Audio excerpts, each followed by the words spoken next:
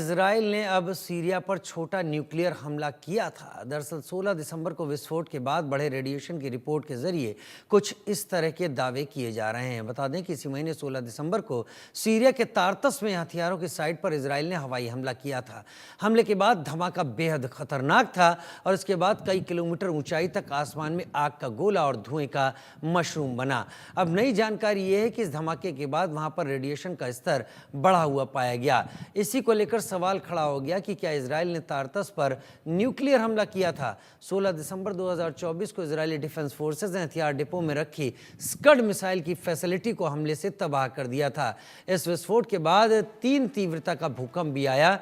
ये भूकंप 820 किलोमीटर दूर तुर्की के इज़्मिर तक महसूस किया गया था। रूसी मीडिया संस्थान स्पुतनिक ने तब कहा था कि इजराइल ने जंगी जहाज से किसी नई मिसाइल के जरिए टारगेट किया है, लेकिन कुछ लोगों का मानना था कि यहाँ पर अमेरिका द्वारा डेवलप B-61 न्यूक्लियर बम का इस्तेमाल किया गया, जो कम ताकत का परमाणु बम है।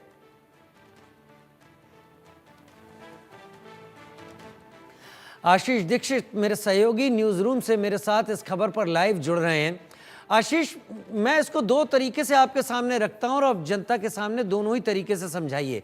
पहला वो जो हम सामने रख रहे हैं कि क्या किसी लो इंटेंसिटी के न्यूक्लियर बॉम्ब का इस्तेमाल किया गया, एक बात अलग कर देते हैं। दूसरा ये कि क्या इस साइट पर पहले से कुछ ऐसे एटॉमिक वेपन्स रखे थे जहां पर इजराइल के हमले के बाद ब्लास्ट हुआ और फिर रेडिएशन बढ़ा हुआ पाया गया। जो भी आपको एनालिसिस समझ में आए सामने रख दीजिए।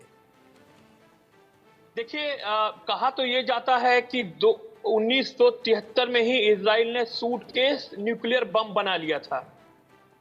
दुनिया में इस वक्त राजीव भाई 9 देशों के पास परमाणु बम है। इजराइल के पास भी हो सकता है। ये इजराइल ने कभी नहीं कहा कि हाँ मेरे पास परमाणु बम है, और ये इजराइल ने इस बात से मना भी नहीं किया कि नहीं मेरे पास परमाणु बम नहीं है। ये जो दुविधा है, इसी दुविधा का फायदा इजराइल उठा रहा है, क्योंकि जो अरब कंट्रीज हैं, खासतौर पे सऊदी अरब और तमाम जो इराक है, ये सीरिया था, तमाम जो मिस्र है, आपको याद होगा कैसे 7 दिन में इजराइल ने 1967 में 7 दिन में ही इन अरब कंट्रीज के आस पड़ोस के मुल्कों को हरा दिया था। उसके बाद दावा यह हुआ कि 1973-74 के आसपास इजराइल ने अब अमेरिका ने दिया है या इजराइल के पास, इजराइल ने स्वयं डेवलप किया है, सूटकेस बम बना लिया था।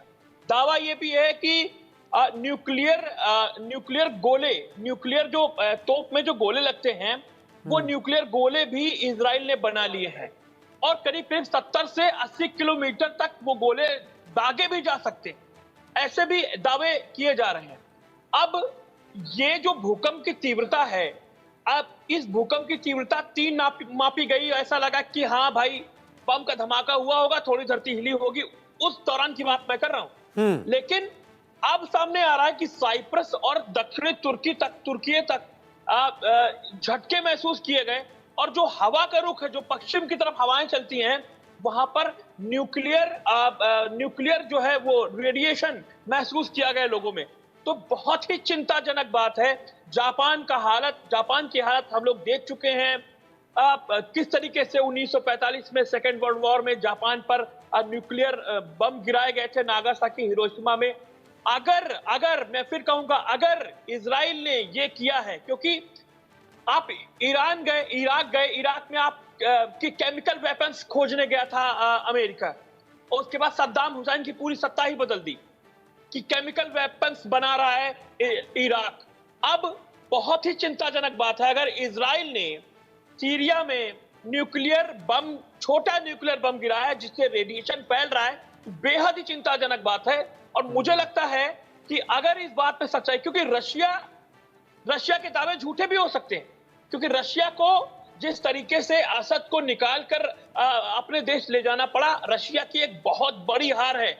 रशिया को पता ही नहीं लगा, असद को पता ही नहीं लगा कि उसकी सेना लड़ ही नहीं रही है। असद को पता ही नहीं लगा कि उसकी सेना को तुर्की बैक कर रही है। असद को पता ही नहीं लगा कि जुलानी अमेरिका से बैक है। ये सारी प्लानिंग कैसे हुई, असद को यहां से कैसे छोड़कर भागना पड़ा, ये तो तस्वीरें हम लोगों ने भी देखी है। लेकिन अगर ये परमाणु बम वहां पे गिराया गया, छोटा ही सही, तो ये बहुत चिंताजनक बात है। मुझे लगता है इस पूरी रिपोर्ट पर रशिया की स्पुतनिक की जो मीडिया है वहां का रशिया का, इसकी जो ये रिपोर्ट आई है, इस पर सबसे ज्यादा ध्यान ईरान का होगा।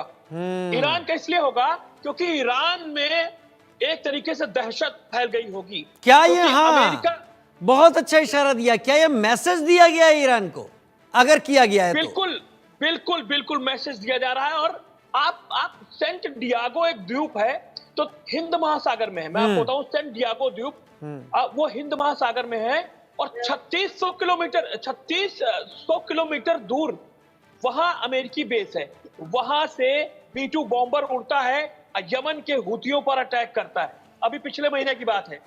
इसके अलावा जो जिबूती है, जो लाल सागर भूमध्य सागर को जोड़ता है, ये स्वेज नहर के पास, जिबूती से अमेरिका लगातार हूती विद्रोहियों पर अटैक कर रहा है। यमन में इजराइल भी हूतियों को खत्म करने में लगा हुआ है।